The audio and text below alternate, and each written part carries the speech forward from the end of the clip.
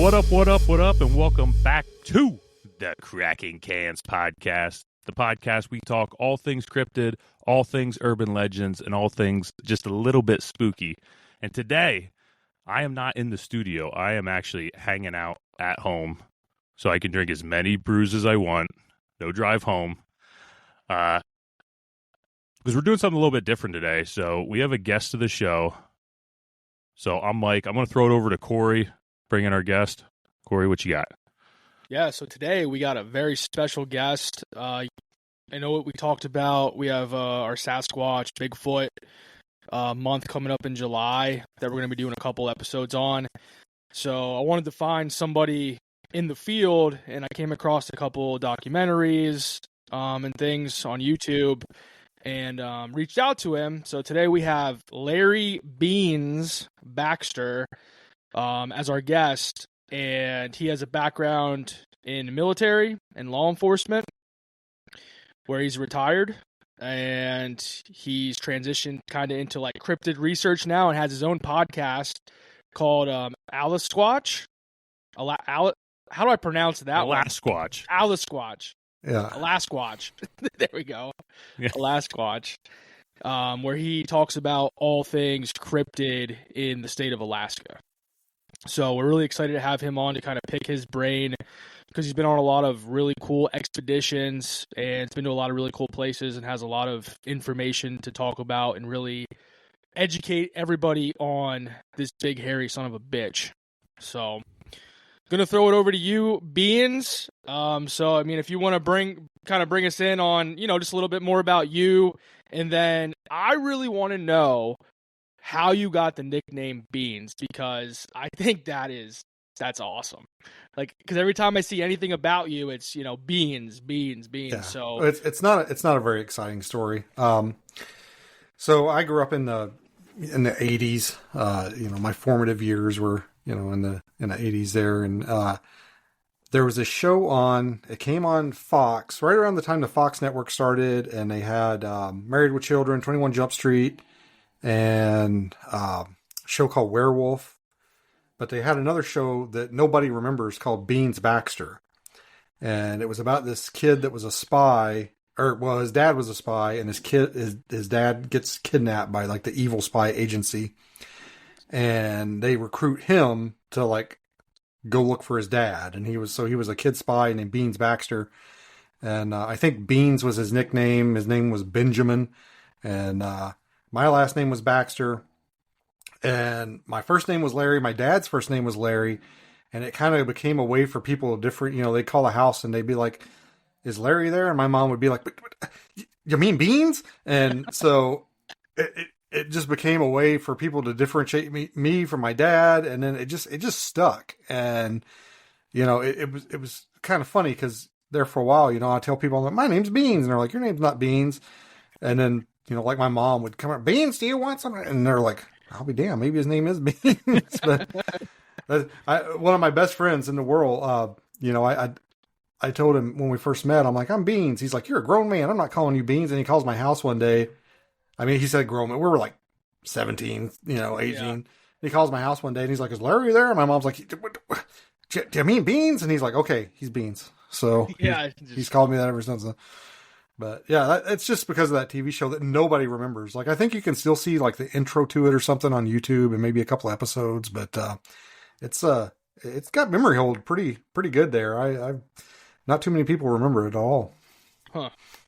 Yeah, it's a little bit before us. I mean, we're both in our early 30s. So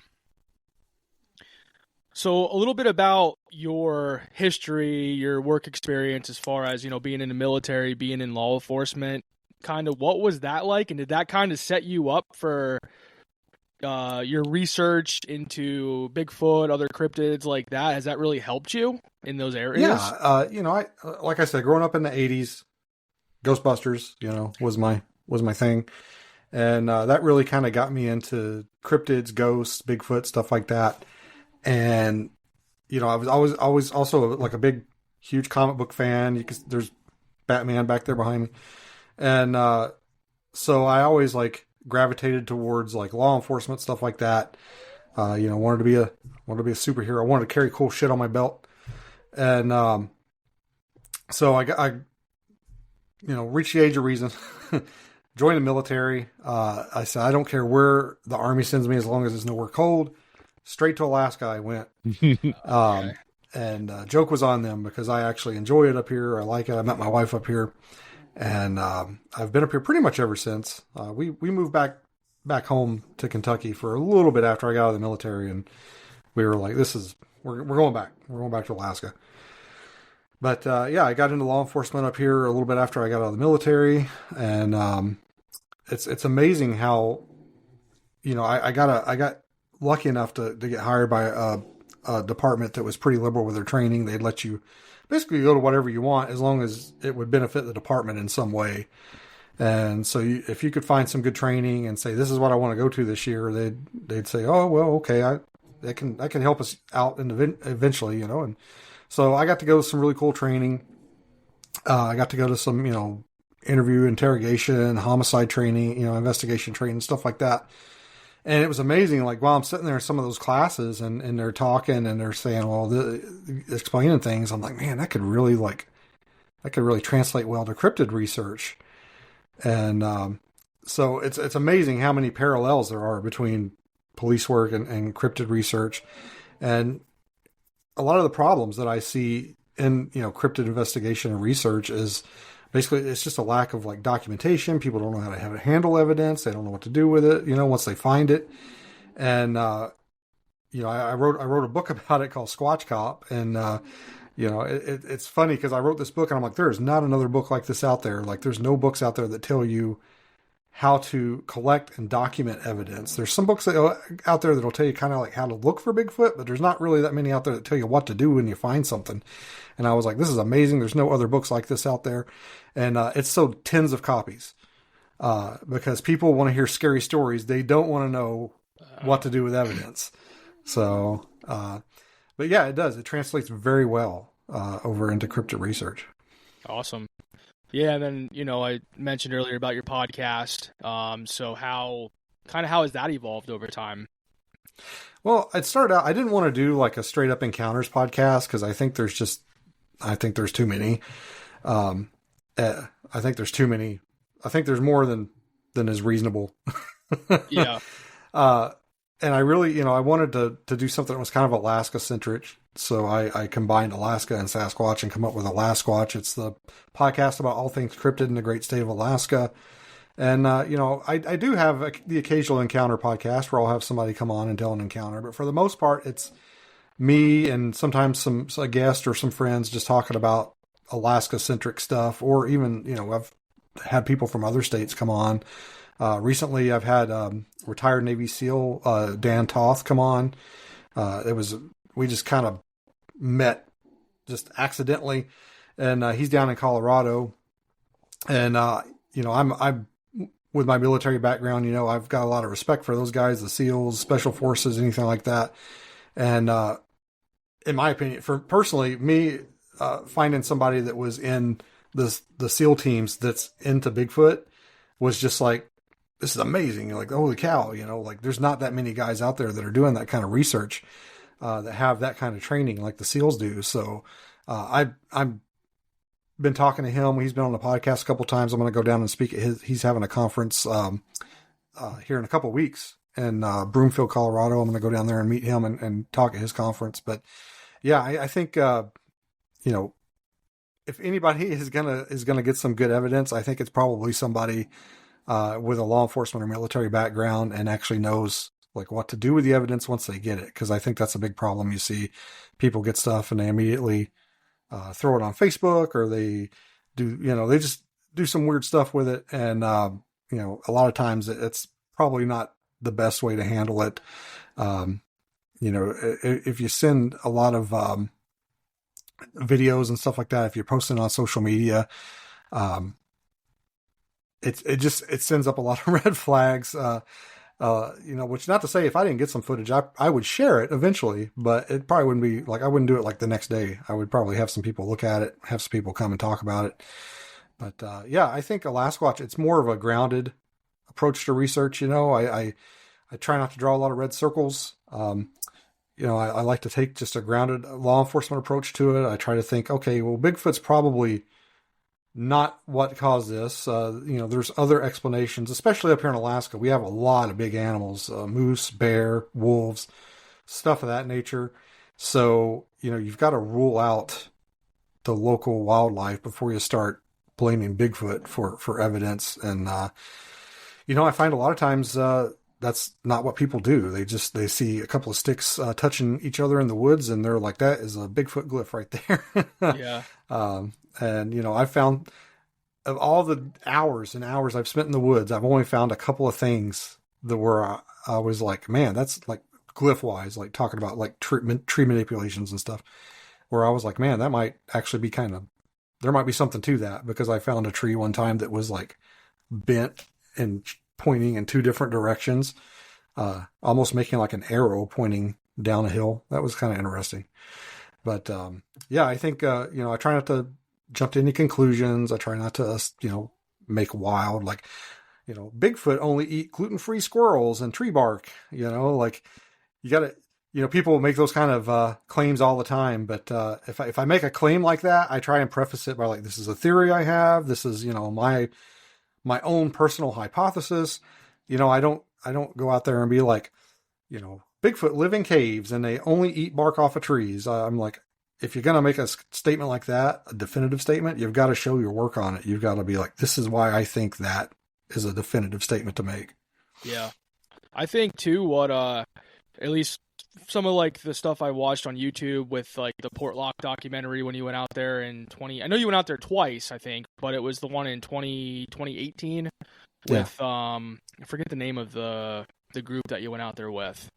Extreme Expeditions. Yeah. Extreme Expeditions. But that was the one thing I noticed, like, in that documentary. It was like, with you, it seemed like when you guys would like come across anything, the big thing with you is you would rule out different things, and not just jump to conclusions. Like, a lot of these shows out there, they try to make it really dramatic and, try to make stuff out of nothing. But it seems like you really care about wanting to find stuff that's genuine, that's real, and aren't there to, make stuff up or try to, become, popular over just faking things. Yeah. It doesn't seem like that's my you. views whatever. reflect that.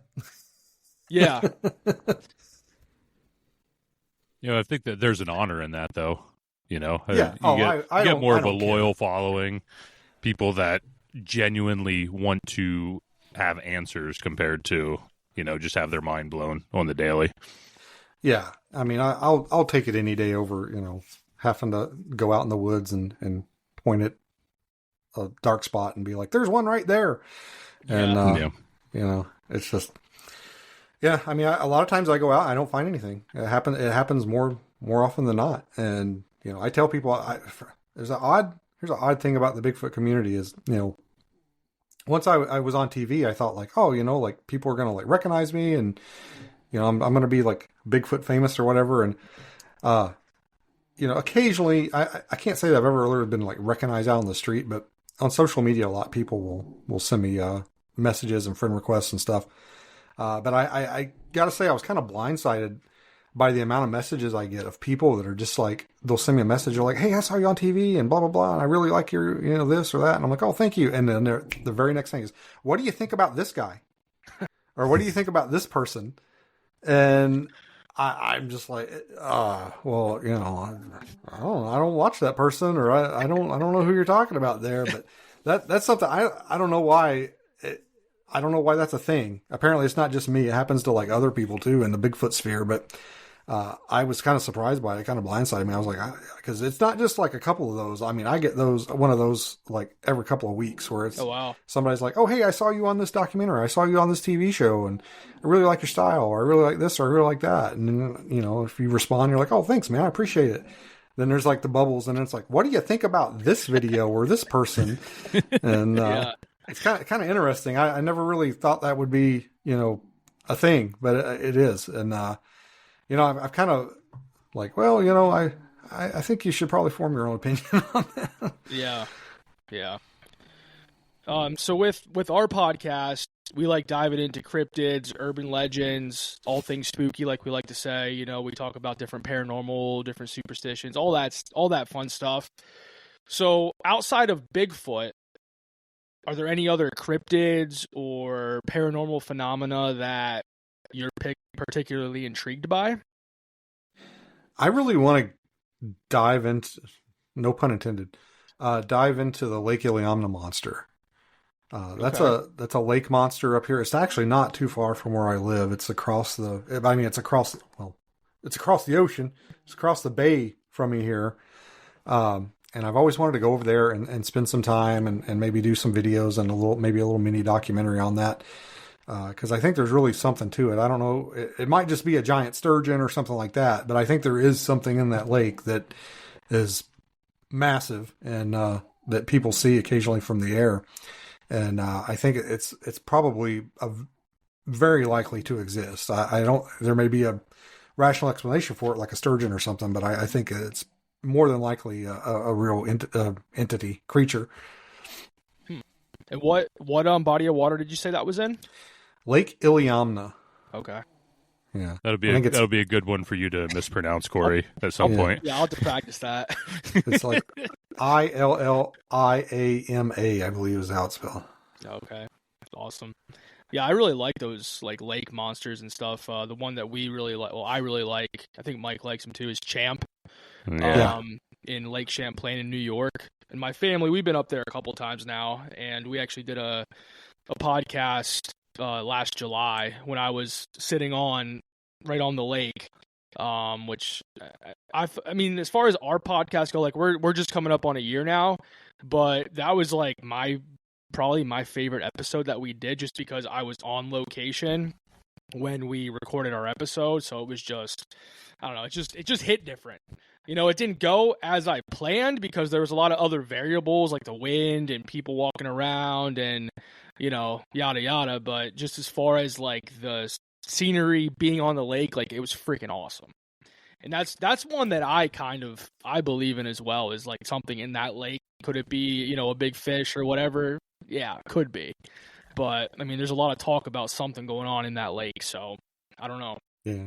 Well, there's a lot of cryptids, water cryptids up along kind of the western coast, the Olympic Peninsula, all up into southeast Alaska, and even here on the Kenai Peninsula. And I think I think some of them may be just sturgeons, like misidentifications of sturgeon. But I think there's also probably species of undiscovered eel that follow the salmon around, and you know, the natives seem to be pretty knowledgeable about, or they know they exist, like much like Sasquatch or Bigfoot. You know, they seem to be a lot more aware of them, and that's because they follow the salmon in on the salmon runs, and I think that there's a very good chance that those things actually exist. And I never actually thought about too, because I know in Lake Champlain in New York, there's eels in there as well. So I never thought of like an undiscovered, you know, type of eel being in there too. But yeah, that could be as well at Lake Champlain. We like to talk about spooky stuff on our podcast, like I said. So like, what's the creepiest, spookiest thing that you've encountered, you know, on your expeditions, just, you know, out looking for different things? Like, what's like the scariest, however you want to define it, that you've encountered yourself? I think probably the scaredest this is kind of I'll try and give you the Reader's Digest version, but we were in Washington filming Bigfoot Encounters of the Pacific Northwest. It's a documentary that you can watch on YouTube. Same extreme expeditions, same camera guy, and me and Steven and Will Ulmer from Bigfoot of Stevens County. And Will had taken this area that he researched, and it was crazy because we get there, we're like unpacking the car at the campsite, and we're hearing like knocks and screams and stuff up on the hill. It's like there's a campsite, there's a lake behind us, and then there's, you know, woods across the across the street. It's not a street, but across the road, you know, where you drive down to go to the rest of the campsites. And there's this hill right across from us that goes up.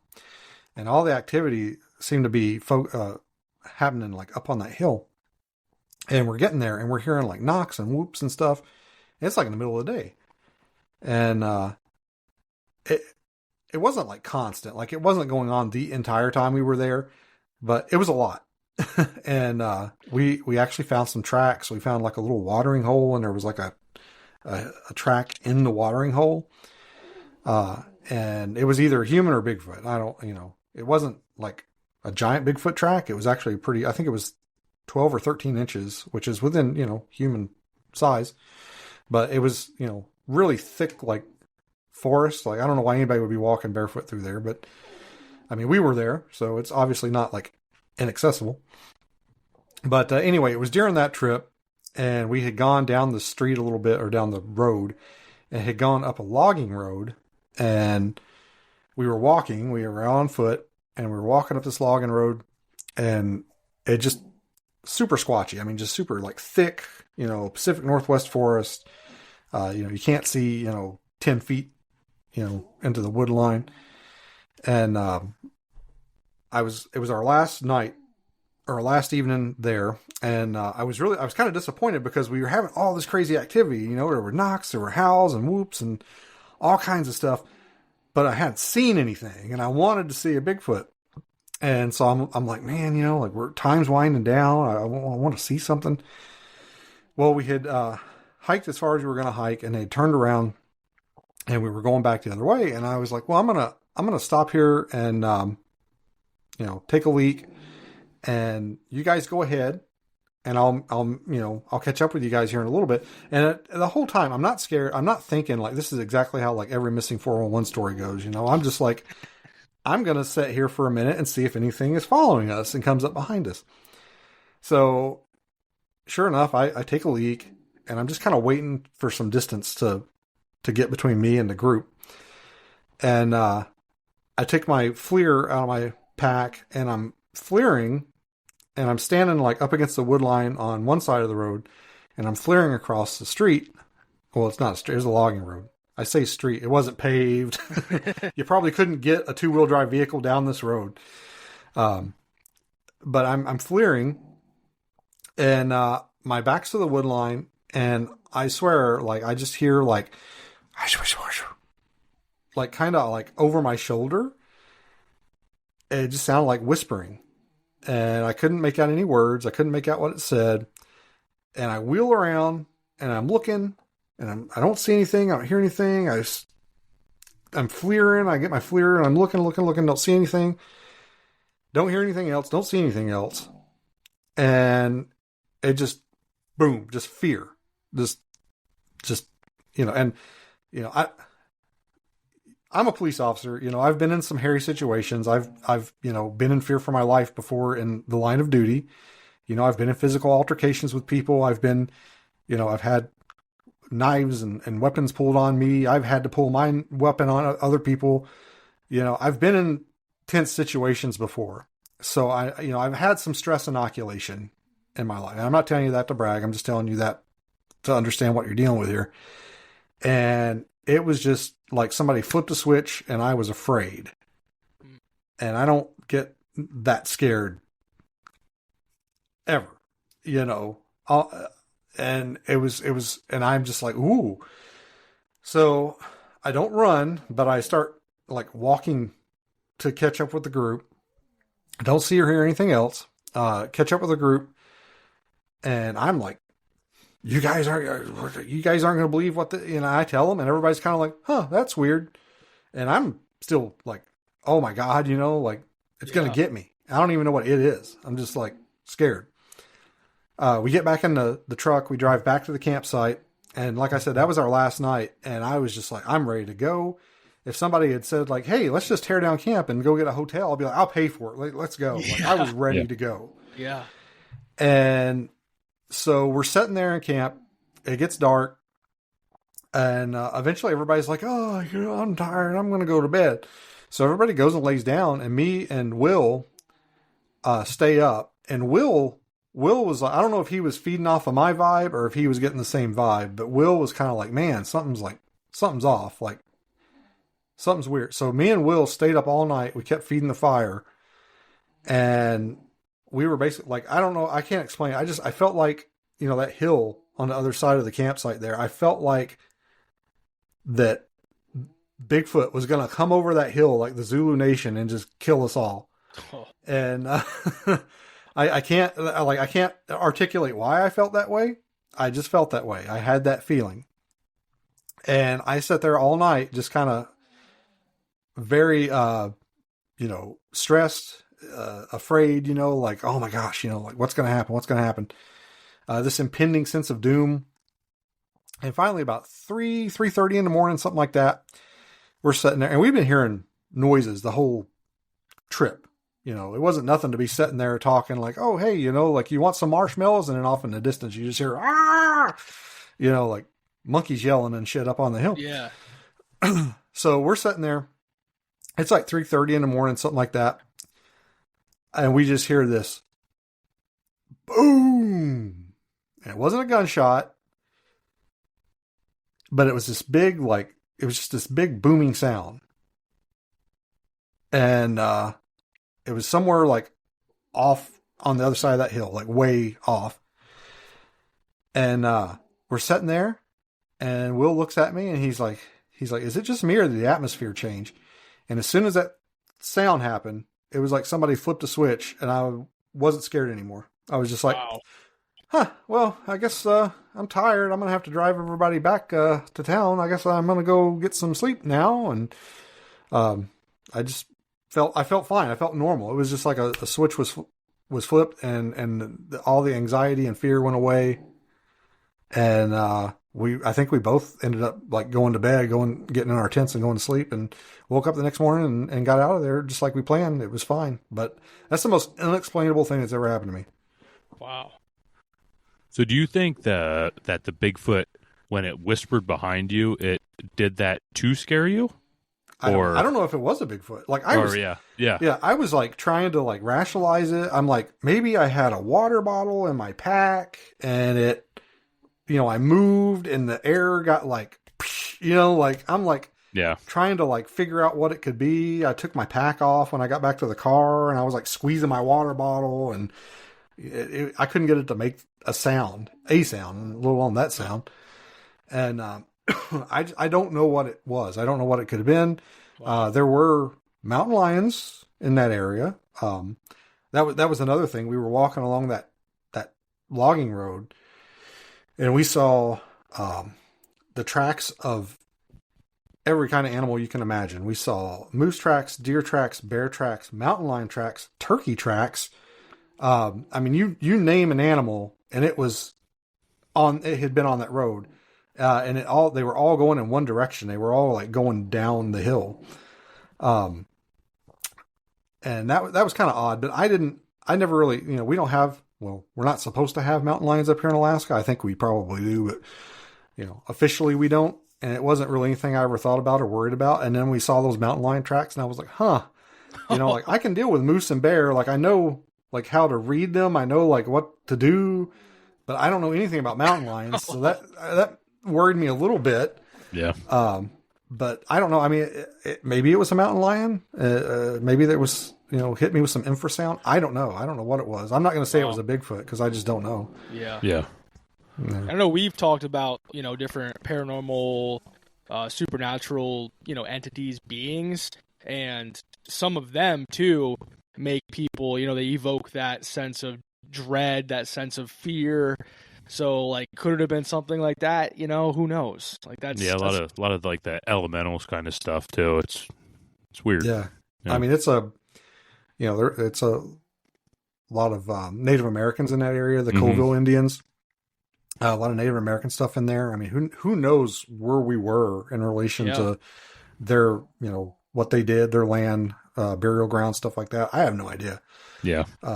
I do know that area did get logged.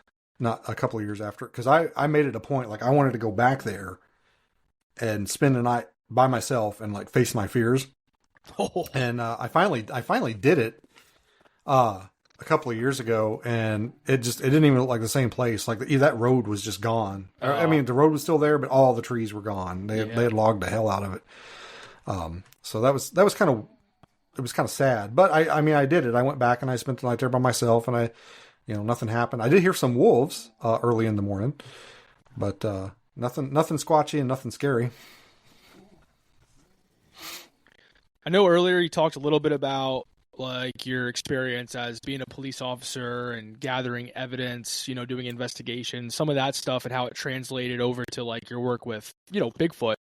So I guess, how do you go about gathering your evidence and analyzing things in an appropriate way? That way, things don't get, screwed up or decontaminated or whatever you want to say. Yeah.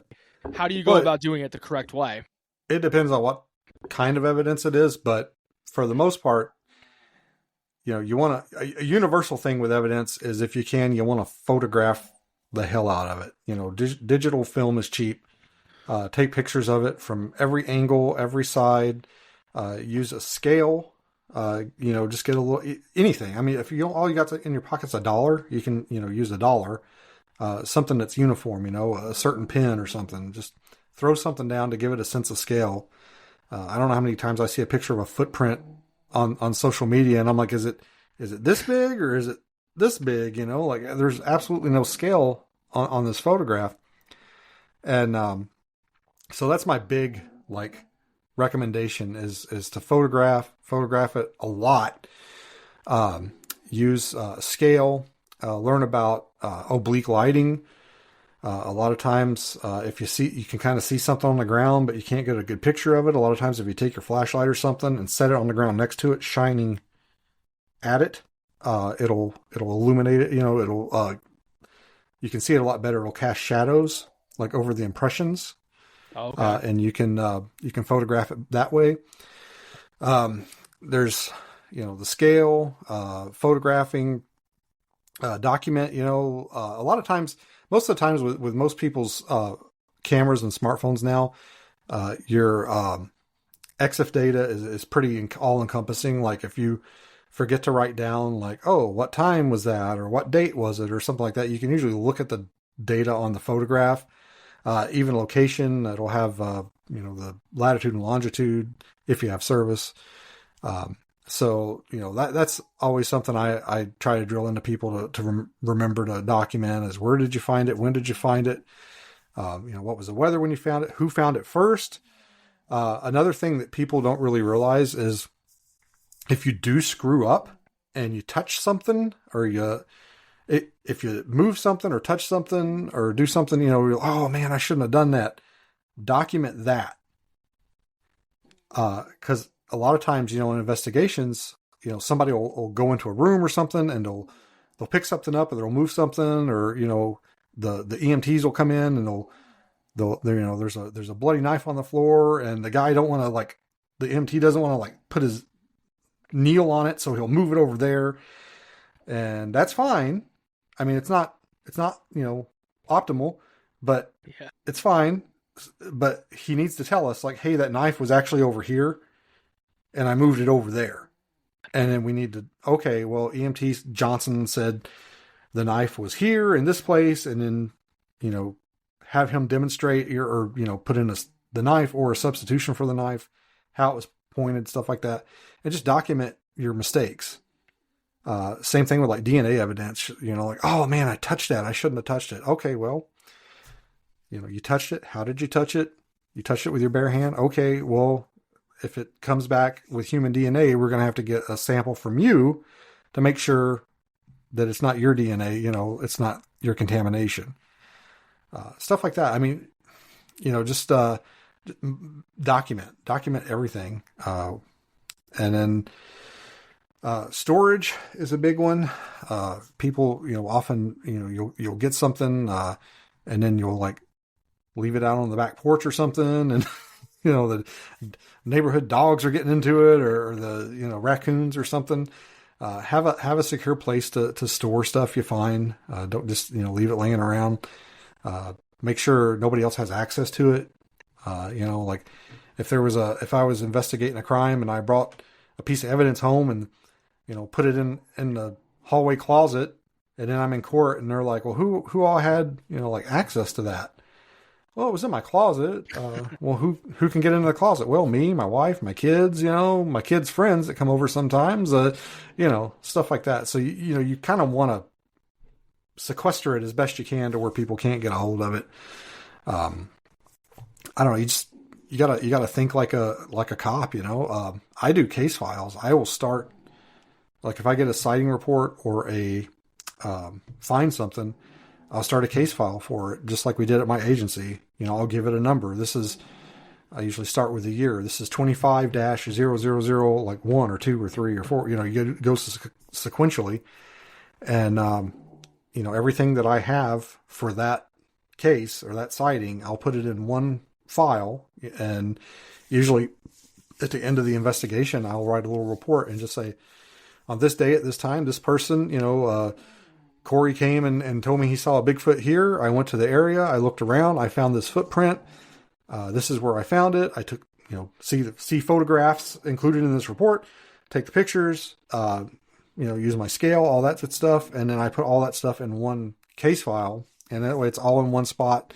And if I ever need to go look at it again, or if somebody wants to see it, or for whatever reason, I can go, oh, okay, it's all right here. All the audio, the video, all the evidence from that one particular incident is right here in one place. Awesome.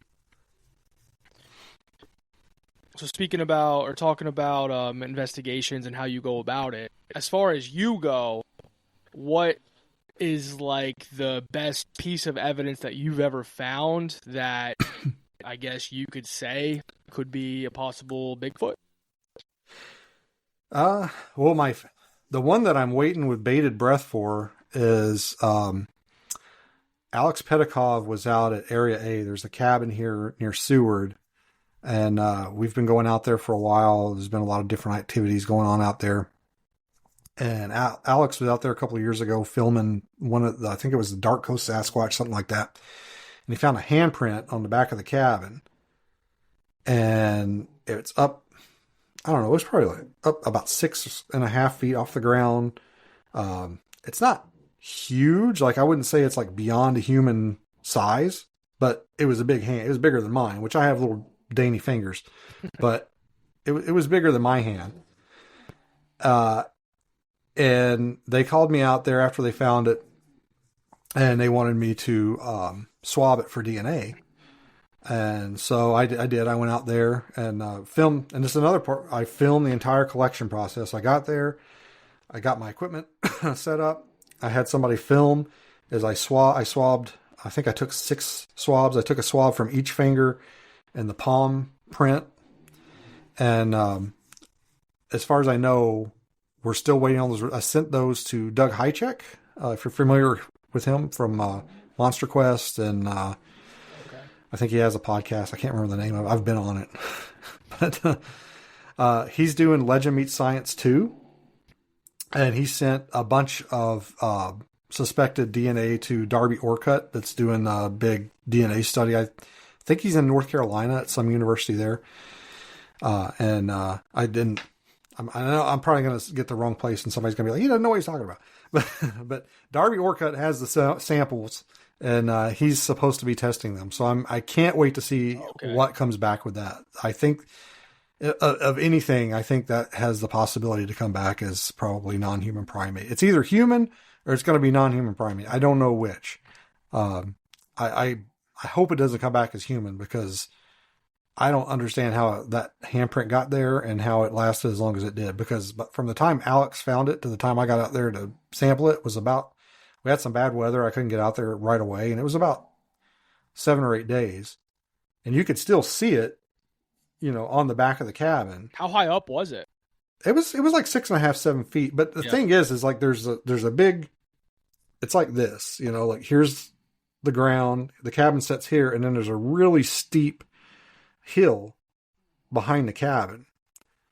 And, like I couldn't stand back there on that hill and reach where it was. I would either have to stand on a ladder and put my hand there, or like maybe I could reach out the window and hit it. I don't know. Yeah. But it was in a really, really weird place. It's not in a place that, would normally be. And the last time anybody was on a ladder, at the back of the cabin was like I can't remember if it was the summer before or the 2 summers before, because they were putting the gutters up, and I was actually there and I helped do it. So it would be really, it just doesn't make any sense to me that handprint, they found it and it looked pretty fresh. It was there.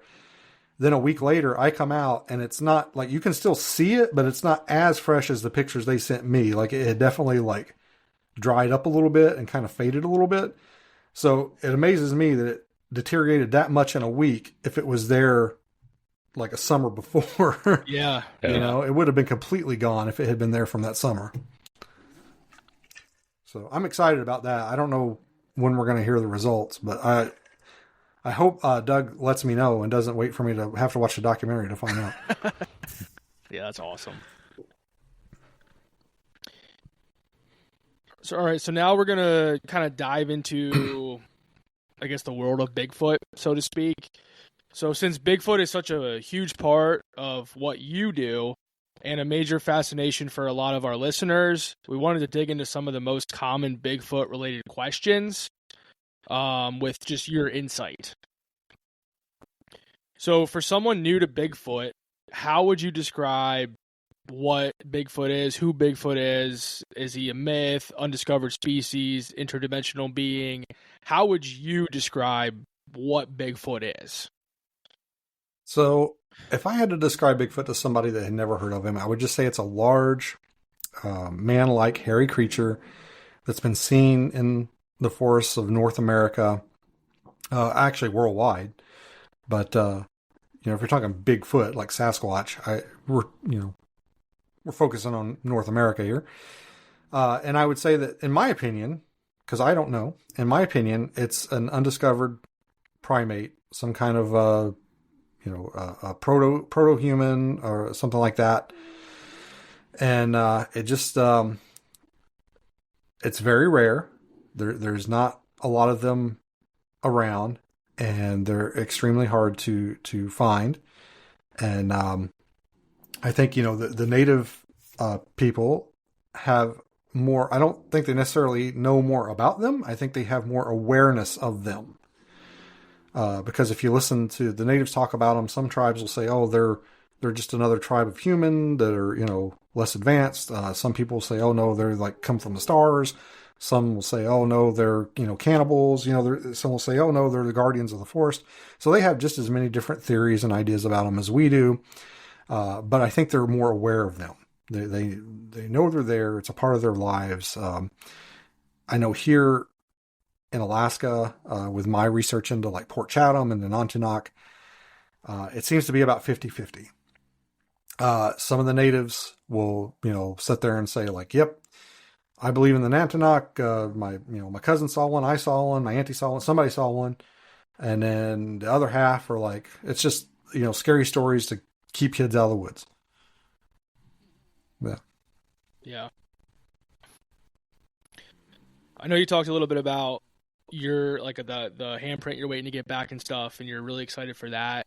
But as far as other people's investigations and evidence that they found, like, are there any that you feel are really credible? Because I know, like I said earlier, there are a lot of people out there obviously faking evidence just to get that clout, trying to get famous off of it. And especially nowadays, it's hard with, you got AI out there, you got all these other, technological advancements happening. So, like, are there any out there that you feel like are pretty credible? I'm a big fan of the PG film, the Patterson-Gimlin film. Now I'll tell you a quick aside to that is, when I first got into Bigfoot, of course I was aware of it, but I was always very skeptical of it. I always thought like, oh, it's probably a person in a suit. It's kind of that it's too good to be true kind of thing. And one of the first Bigfoot conferences I went to was in Washington. It was I think it was the International Bigfoot Conference in Kennewick. And it just happened to be that year that Dr. Meldrum was there, and he was talking about Patty. He was talking about the PG film. And I sat down to listen to his presentation, and I was probably, I was probably, it's probably a hoax, it's probably not real. And after watching his presentation, I walked out of there. I was like, holy crap, it's real. Like Patty's real. He just gives such a compelling breakdown of the movement and how she walks as opposed to how a human being would walk. And if you just kind of watch the video, and especially if you don't know, I mean, that's his specialty, is locomotion, movement, walking. But if you just watch the video and you don't know, you're like, okay, yeah, there's somebody walking across the field there. But when he breaks it down and talks about the gait and how her legs come up at a 90-degree angle before she swings her foot forward and puts it down. And I mean, people don't walk like that. When he slows it down and you see it and he explains it to you, you're like, ooh, like that's not right. Like there's something going on there. So, I mean, I'm not going to say 100% that I think it's, I'm not going to put my hand on a Bible and swear that it's real, but it's very, very compelling, especially after hearing what Dr. Meldrum says about it. I've met Bob Gimlin. I've sat down, I've talked to him about it. He's told me the story. I feel like he's very sincere. I don't think he's lying. And what a lot of people don't know about the PG film, which I didn't know either until, I talked to Bob and heard Dr. Meldrum speak on it. Those guys, they didn't just like park in the parking lot and go, walk into the woods and see Bigfoot. They were out for 20 days or 14 days, something like that, before they got that footage. Like they weren't just like, oh, let's go for a little horse ride. And then they saw Bigfoot. Like they were out there for days. Wow. Yeah. Before anything happened. And was that the reason for their quest out there, was to try and find something? Yeah. Yeah. Okay. I believe. Yeah. I believe there had been some tracks or something found at a logging operation. I could be off here, but some tracks have been found around some logging operations, or there had been a sighting. But Roger drug Bob down there to look. Roger was really into Bigfoot, and I think Bob he thought it was interesting, but he wasn't like, obsessed with it like Roger was. And they were there for several days before they got that footage. And, it wasn't like they just walked out, oh, there it is. Let's get the film. Okay, let's get in the car and go home. Yeah. Yeah. And they almost, didn't make it out of there. There's a pretty harrowing story about how, that night it started like raining. It like flooded out and washed the road out, and they're coming down the mountain in this truck, and the road is just washed out. It's all logging roads. It's all mud, and they're coming down the road, and I think it was Bob like looks out the window, and the tires aren't even turning. They're just sliding down the mountain on the mud. Oh. And I can't remember exactly what he said. Something to Roger. He's like, don't look outside. Just keep going. Like, don't try to stop. Just keep going. Just keep going. And they almost didn't make it out of there alive. Wow. That's wild. So I know one of the things I always think when I see that film is, so you see it walk away. When they're filming, what do they do next? You know what I mean? You see this thing walking away. Do they go after it? Do they kind of sit there like, what did we just see? So that footage was the last minute of the roll of film. So the camera runs out of film, and they want to go after it, but Roger's like, I can't, we can't, I've got to change film. So, and they can't just, it's not like a SD card where they just pop it out and pop a new one in. Yeah. So they had to like get a poncho out of one of the horse saddle. Well, they had to find one of the horses ran off. Roger's horse ran off, I think. And they had to get a tarp out and string this tarp in between the two horses to make like a little dark room, so they could open the camera, get that film out and not expose it, and put new film in. So that took a few minutes for them to do that. Then they went after her, and then they lost her trail, not too far from where they saw her. I don't remember how far they tracked her, but they tracked her for a little bit. And then I think if I remember correctly, they said she probably went like straight up a really steep embankment. But yeah, they lost her not too long. But they didn't like immediately go back after her. They had to put more film in the camera, and they had to wrangle the horse, and there was a little bit more to it. Yeah, everything went on right then. Like everything, you know. Oh, anything that can go wrong will go wrong at the worst possible moment. Yeah. If they had a fresh roll of film in that thing, who knows what would have transpired? Yeah, because that's always my question when I watch that. Is like, why stop right there? You know, why? Yeah. But that makes a lot of sense. In your opinion, why haven't we discovered or found any like definitive proof yet, like such as like a dead body or bones or like anything like that? Well, I think number one, they're super rare. Like, I don't think there's that many of them around. And I think that as far as the dead body thing goes, I mean, it's, you know, I've spent hundreds of hours out in the woods in Alaska and Washington and all kinds of places where there's lots of bears. I've never found a dead bear. Okay. Yeah. Nature is super efficient with that kind of stuff. I mean, you know, I've found dead human bodies in states of decomposition, and I'm like, man, this person's been dead for a while. And no, it wasn't that long. It was just, you know, things, you know, especially when you're outside, things happen, things go to work, you know, bugs, insects, rodents, scavengers. You know, people don't realize eagles are big time scavengers. You know, people come up here and they're like, where can I go if I want to see some eagles? I'm like, go to the dump.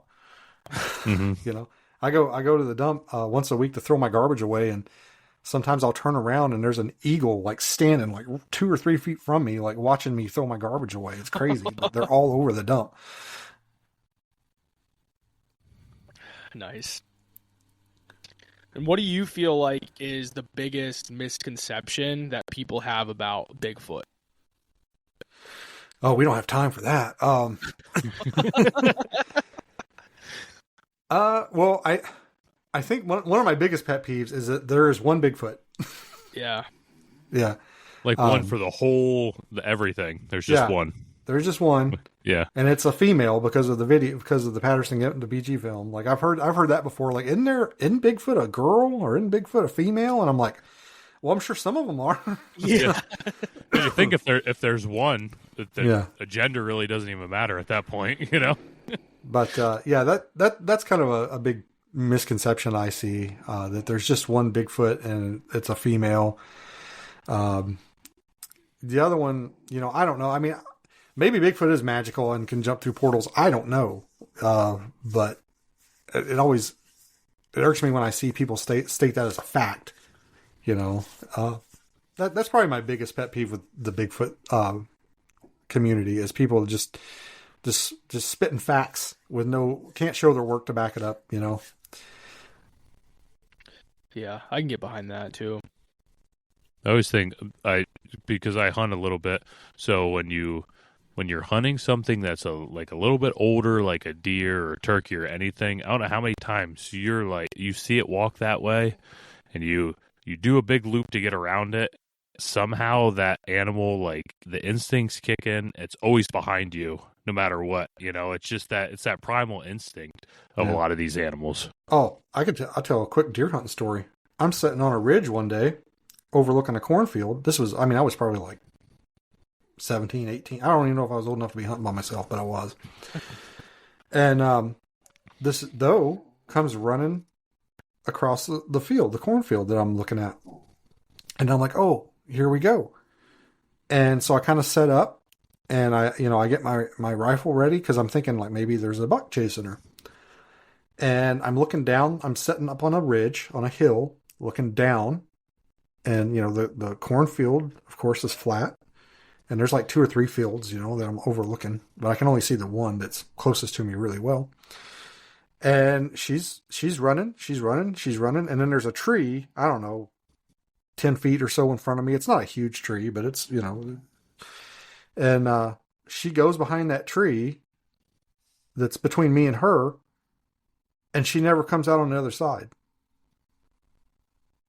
And I to this day, No clue where she went. Not what happened. I mean, unless she like turned at a 90-degree angle and just went and followed that tree, which that tree was closer to me, not her. I was behind the tree, not her. Yeah. Yeah. It just happened to be between me and her.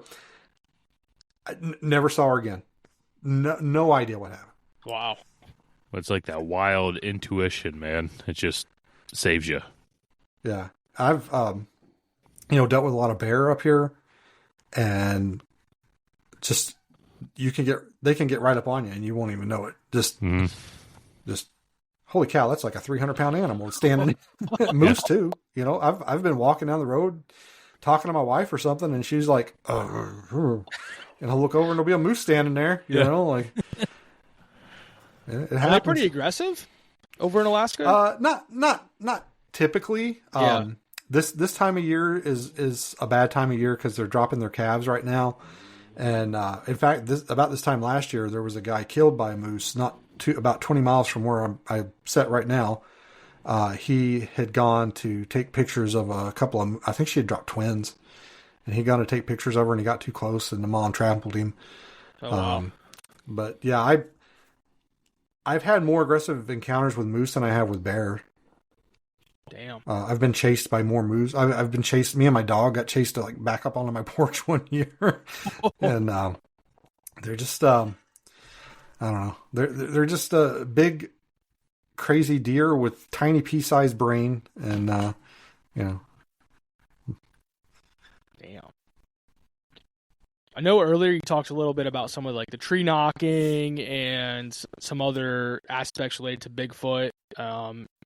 So are there any specific behaviors or patterns that seem to pop up consistently with encounters? Like, what are some other things that occur where people are like, yeah, that's a Bigfoot? I think I've heard a lot up here in Alaska. You hear a lot of the vocalization more than you hear the tree knocks, which I've heard tree knocks up here. But I think probably because Alaska is so vast, for some reason I think they rely more on vocalizations here than they do tree knocks. I don't know why. It's just my own idea. It's my own theory. I'm not stating it as a fact. But I always seem to hear more about the screams, the roars. I've heard them myself. So do you think that's more of them to like communicate with each other, or is it more to like scare people away when you hear those? I think it's probably more of a communication thing between them, and I think they do it as an intimidation behavior to scare people away. But for the most part, I think they use it for communication. But yeah, I mean, you hear a lot up here about people being followed, or they're peeking, they're curious, like, what are they doing? They're peeking from behind trees, stuff like that. They like to get into, well, I mean, this is bear behavior too, but they like to get into like, food caches and, fish hanging, people catch the fish and they'll hang them up, to dry and stuff. And the people, say they get into their fish. I personally think they're a lot like, bears, where they're just more, they look for targets of opportunity for food. And I hear people say all the time, like, oh, they're more aggressive in Alaska. They're more aggressive in Alaska. I don't think that's true. I think they're pretty much just like a bear. It kind of, or a moose. It depends on the day the Bigfoot's having, like what's going on with that Bigfoot that day. If you get between one and its young, I think you're probably going to have a bad time. If you get between one and its food, you're probably going to have a bad time. If there's some territory stuff going on, like maybe you're in a place where humans don't go a lot, you might have a bad day. I kind of think that's why Port Chatham has the reputation it does, because if you think about it, it was basically a perfect storm to make Bigfoot angry. They come into an area. They were building the fish traps there in town. They were fishing. They were catching all the fish. They were cutting the trees. They were cutting into the lumber and taking the environment away, basically. And it was just kind of a perfect storm. And they're on the southern tip of the Kenai Peninsula. There's not really, you got the Harding ice fields kind of off to the, is it the east or the west? But anyway, off to one side, and you got the ocean off to the other. You're almost basically like at the end of the road. You know, it's not like the Bigfoot. We're probably like, oh, well, we'll just go over here. You know, it's almost a perfect storm of like, you're threatening their food sources. You're threatening their environment. You know, who knows what else was going on there. And I think that's probably why there were so many legends and reports of aggressive Bigfoot behavior there. I thought it was interesting too when I watched that documentary from 2018 when you were there at Lake Chatham, and how like part of the area, like the blueberries, there's blueberries everywhere, and then the other part of the area, like all the blueberries were like, you know, something ate them all, like they were all gone. So it was like kind of differentiating that area between like the bears and like the Bigfoots. You know what I'm saying? So, I think that there's probably something to that. That's kind of something that that's kind of a theory that I come up with during that trip or after that trip. And it definitely seems like it's, to me, so far, holding true. I think Bigfoot and bear, they thrive in the same environment. Like the same kind of environment that can sustain a bear population can sustain a Bigfoot population. But I don't think there's a whole lot of overlap. I don't think bear and Bigfoot live in the same place at the same time. I'll give you guys another example other than Port Chatham. So I have another area north of me where I've had some sightings reported to me. I've had some, I found some tracks. I've had some vocalizations. It was a fairly, I wouldn't call it super active, but it was active. Like there was stuff going on. A few years ago, a big fire came through there, and it didn't burn like my area, but it burned a lot around it. It affected it quite a bit, or the surrounding area quite a bit. I can't remember. It was like 20,000 acres, or was it 200,000? It's probably 200,000. Like a lot of acreage was burnt.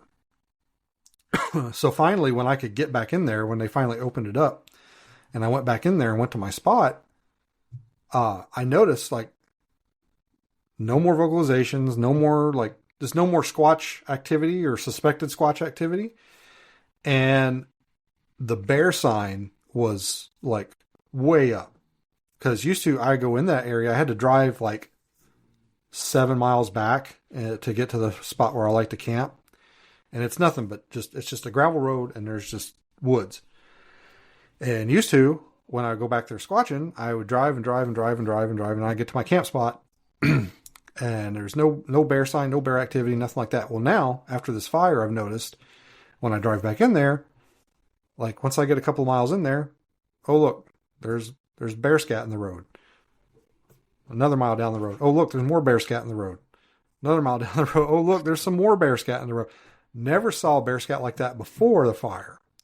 Now, after the fire, all the squatch activity, or suspected squatch activity, I should say, nothing, like hardly anything. And super active bear area now, like all kinds of bears in there.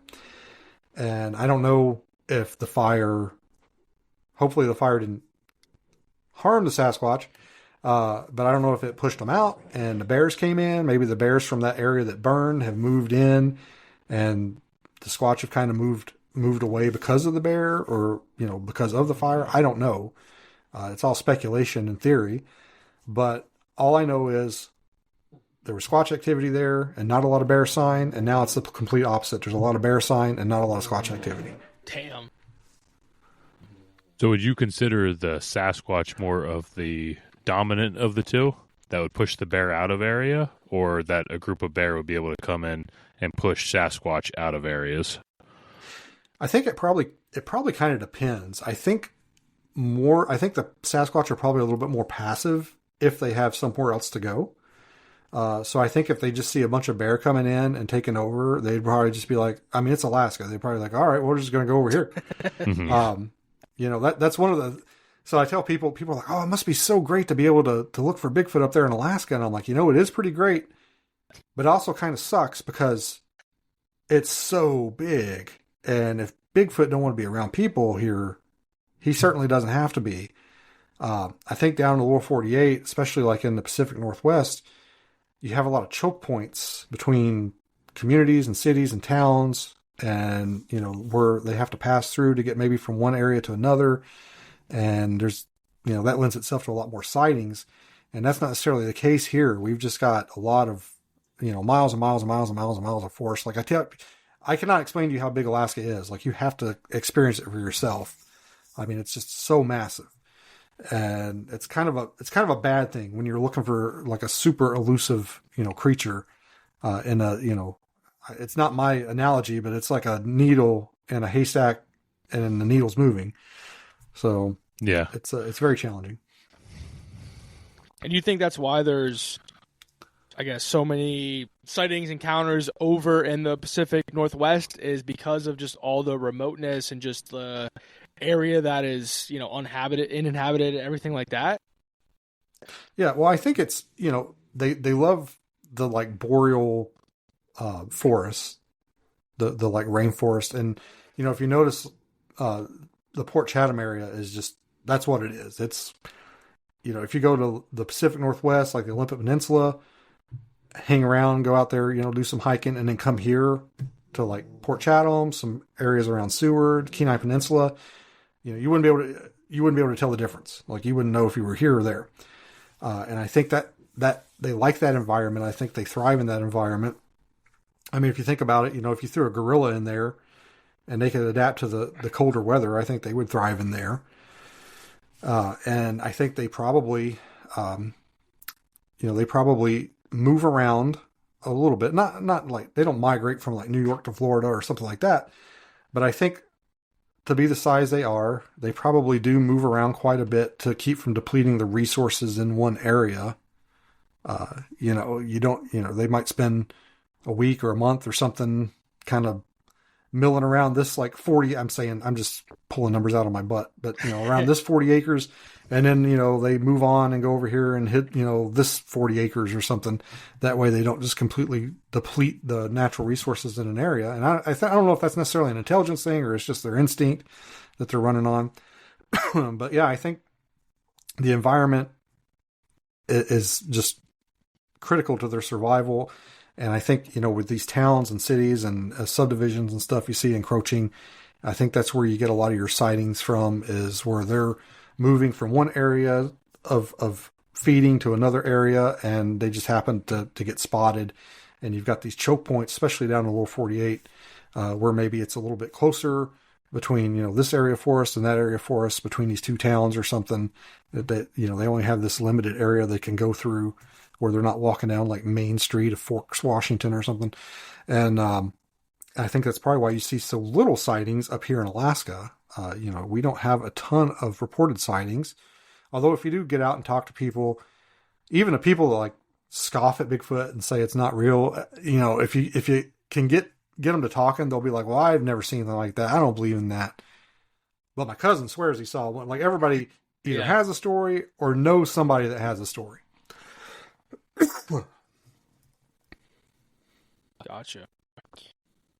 I guess we could start wrapping this up. So I guess before I ask these last couple questions here, as far as Port Locke goes, Port Chatham, because I watched a lot of, you know, the documentary. I watched the whole documentary that you were on there. I watched a couple other clips, things like that. I really got a sense of like that place being like genuinely like just like spooky, and like, I don't know, like when you were there, like how did you feel about, you know, just walking through that area and stuff? Like what did you get from being in there or being there? So the first time I went, I mean, there was definitely kind of a creepy vibe, but no more creepy than like any woods I've been in. When I left the first time, it was 2018.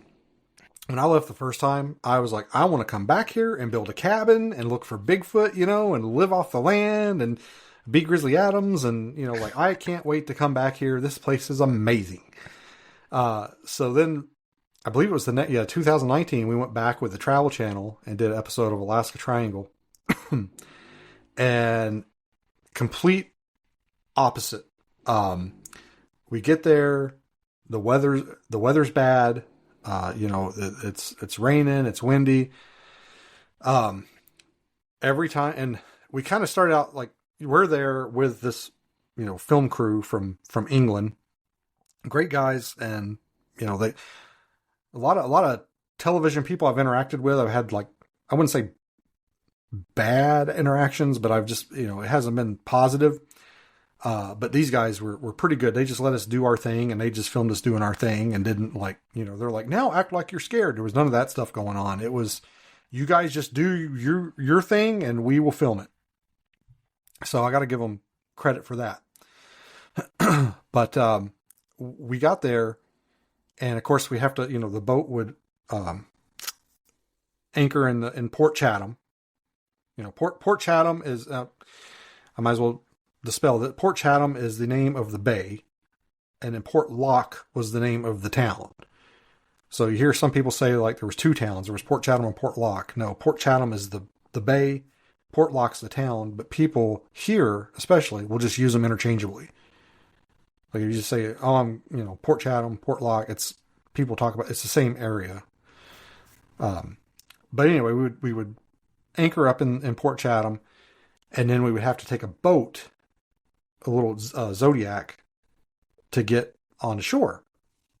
And the weather, like we would be like, okay, there's like a little break in the weather. The winds died down. Let's get everybody ashore so we can film. And as soon as we would like make that decision, the wind, like it would get worse. And we started it started off as a joke, like, oh, like somebody doesn't want us here. Like, oh, look at that. Like every time we decide to go ashore, the weather gets bad. And by the time, I think we were there for 3 days, 4 days. I don't remember. But by the time we left, I was like, no, that's true. Like something doesn't want us here. Like we are not welcome. Because it was uncanny. I mean, we should have accidentally had a decent ride on the shore at least once. And it was a very much more I don't know, maybe it's because we had more people. I don't know. Maybe it was the time of year, but it just seemed a lot more negative that time. And when I left the second time, I was like, I don't care if I ever come back here again or not. Like it wouldn't, it's not going to hurt my feelings if I never come back. But the first time I left, I was like, man, I want to come back here and look for Bigfoot all the time. And the second time I left, I was like, I don't care if I ever come back here. It was, you can have it. But I can't say that like I had anything like that encounter in Washington where, I heard whispers and had the fear, but there was just definitely more of a negative vibe in the air the second time we went as opposed to the first. And I don't know if it was the time of the year because we had more people, I don't know. We didn't have any females with us at that point. We did the first time. We had Mary Beth. Yeah. I don't know. I mean, any or all of those factors could have been at play, or it could have just been, we picked a crappy time to go there and the weather was bad. Yeah. Interesting. Are there any upcoming projects or expeditions that you have planned that you're particularly excited about? I've got the trip down to Colorado coming up next week, and I think after the conference, Dan, the retired SEAL, he's going to take me to one of his spots there in Colorado where he squatches. I think we're going to do some squatching out there, so I'm kind of looking forward to that. I've been to like Colorado on like layovers and stuff, but I've never spent any like time there, so I'm looking forward to that, seeing his area. And then, I just want to try and get out in Alaska and do some squatching up here. Every year at the end of the summer, we've only got so much time here to get out and enjoy. I mean, I'm already kind of like, oh man, maybe I should have went camping this week because it's kind of nice, And every year at the end of the year, I'm like, oh, I should have spent more time out in the woods. So I've got stuff going on, like family stuff in like June. I've got family coming to visit and stuff. So I'm hoping like August, I spend almost all of August like out in the woods. That's my goal right now, is to spend as much time in August out in the woods as I can. So we'll see if that comes to fruition. And I'm going to try and split it up between a couple of different areas. But I like I like just playing dumb camper. I like just going into a place and hanging out and just seeing if anything happens. I don't beat on trees and scream. I mean, I do occasionally, but for the most part, I like to save that kind of stuff till the very end of the trip if nothing's happened. I like to be very passive in my investigation and not, do wood knocks and stuff like that until it's like maybe the last night if nothing's going on. Can I ask you real quick too, just before I go into like kind of the last question? So like you said about the knocks and stuff, like is there anything else that like you can do to try to, I don't know, get a Bigfoot to respond? Like I know you got like the tree knocks, but like is there anything else that you can do to try to like evoke these things?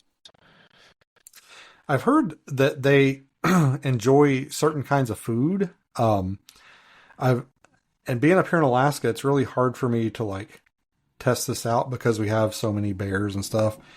I've heard they're attracted to sweet feed, like horse feed. And I've always wanted to take like a big bag of sweet feed out and put it out somewhere and put a camera on it. But I don't want to get arrested for baiting bears. Yeah. So, it's one of those things where it's like, man, if I had my own property where I thought that they might be some activity, maybe I might try it there, but I'm not just going to go out in the middle of the woods and try it because you can get somebody hurt that way too. If you go and put out a bag of feed and somebody comes walking up and disturbs a bear. But that's something I've always wanted to try that I don't know that I'll ever get the chance to, but I've heard they really enjoy sweet feed. I've heard they like peanut butter. We've put jars of peanut butter out before and found some pretty interesting things in them. Like the lid would be back on, but it would be back on really loose. And there's like peanut butter, like it looks like it's scooped out. And one we found a leaf, like almost like something was scooping it out with a leaf. That was kind of weird. And then we found peanut jars that obviously bears have got into, with like teeth marks or they're like licked completely clean, so I don't know. As far as activity going, I think probably just pretend like you're not looking for them, play music, fish, just do like regular camping stuff. I can't say that there's like, if you do go out in the woods and play Van Halen, they're definitely going to show up. But I think it just like I said, they're super rare. And I think you just have to be in the right place at the right time and have the right circumstances to have a sighting. Nice. So I guess the final question, kind of that we got is, what advice would you give to someone interested in pursuing Bigfoot, cryptid research, going out in the field, trying to find these things? Like what advice would you give to them? I would probably say read, get a hold of some, not just my books, but it would probably my books too. Yeah. Go ahead. Plug it. Shameless plug. Yeah.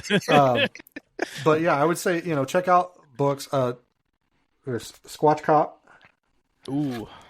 And Abandon, the History and Horror of Port Chatham.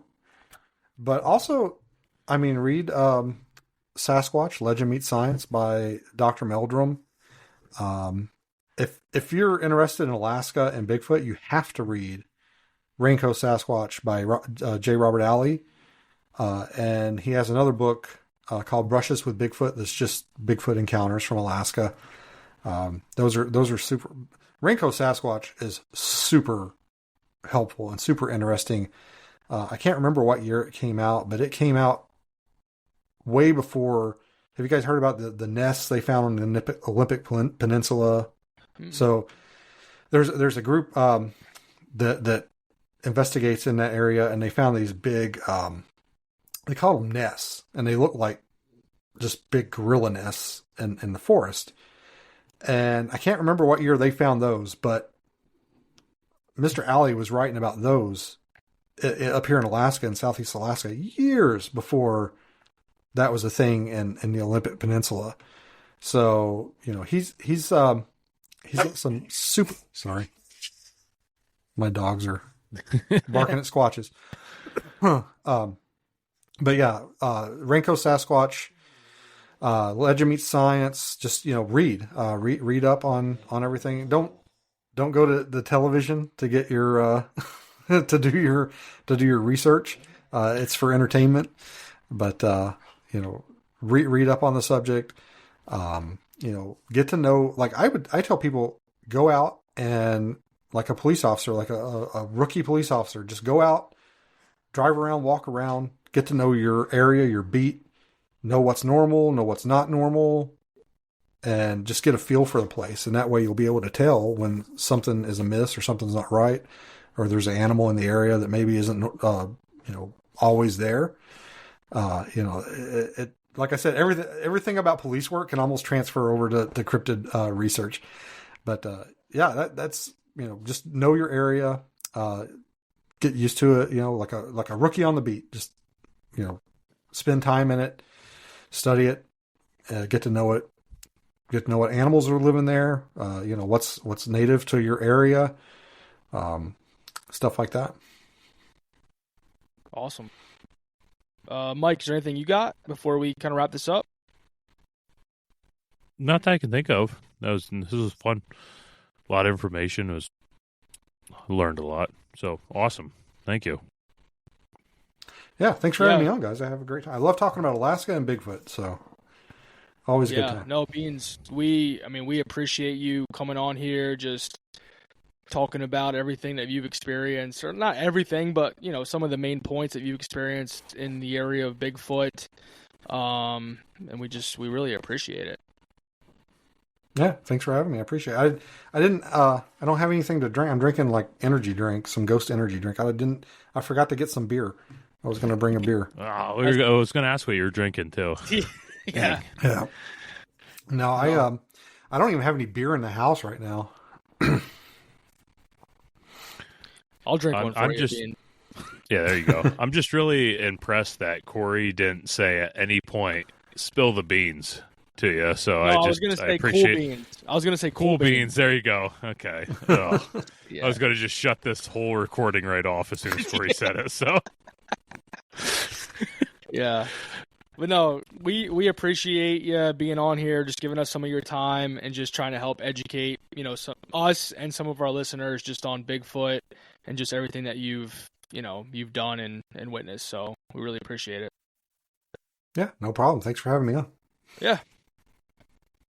All right. With that, guys, we are out of here. Make sure to follow us on socials at Kraken Cans Cast. And Beans, where can they follow you?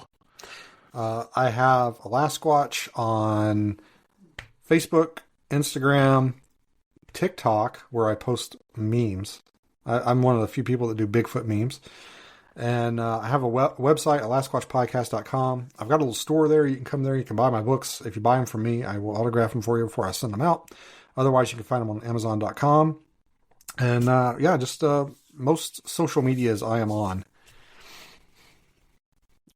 Yeah, so with that, Crack Daddy Mike, I'm out of here. I'm BK Corey.